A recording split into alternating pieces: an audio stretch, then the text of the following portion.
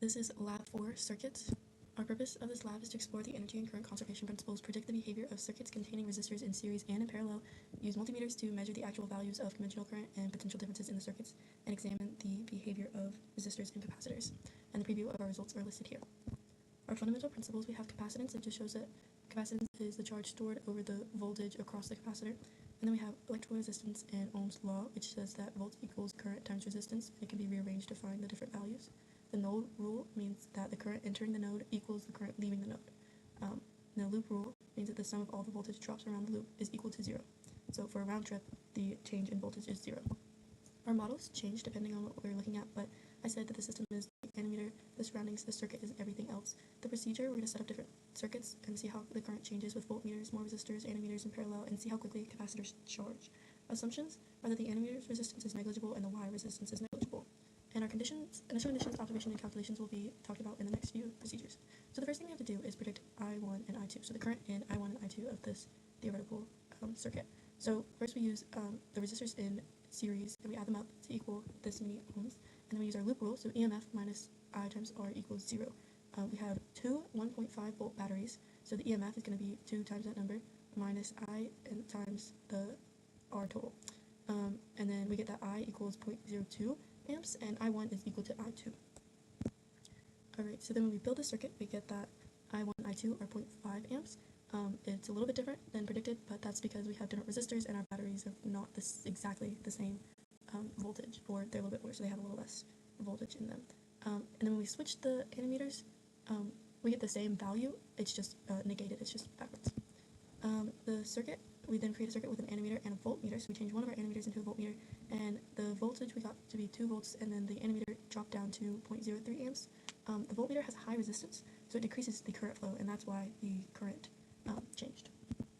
So next we had to use the voltmeter to put it at opposite sides of each points to get the potential differences. So the only ones that had potential differences were the battery and the 2 resistors, and we got these over here. I used the values that correlate with the online lab to make everything flow better and make more sense with the graphs. So the sum should add up to 0 because of our loop rule, and it does, like we thought, which is good.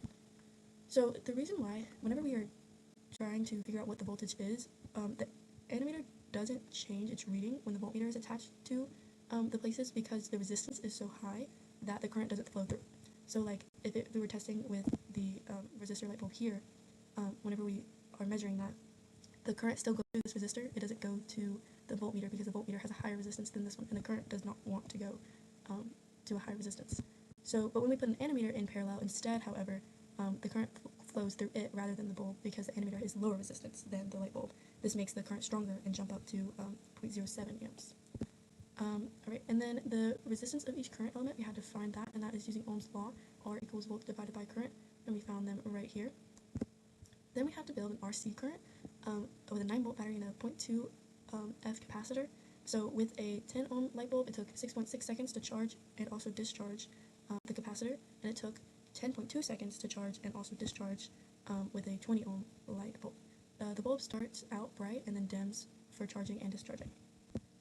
So then the next RC current that we used a 30 ohm light bulb, and then we charged it with a 9 volt battery, and then we're measuring how long it takes for the capacitor to discharge and charge. So the predicted one is that RC equals the resistance times the current, so we have 0.2 F times 30 ohm, which is 6 seconds.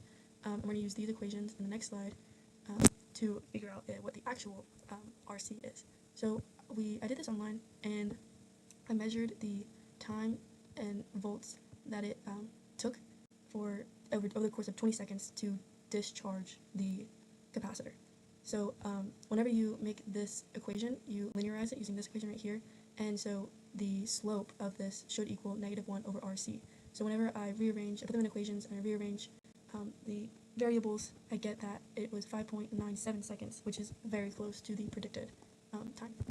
So our potential errors are that we had the wrong readings, old resources and supplies, so maybe the batteries weren't as charged, incorrect current setup, circuit setup could have happened, calculation errors can also apply here. So what if we were doing this lab online and use an ideal ammeter? What would be different about that? So the ideal ammeter should have absolutely no resistance, so more current should flow through it if this was online.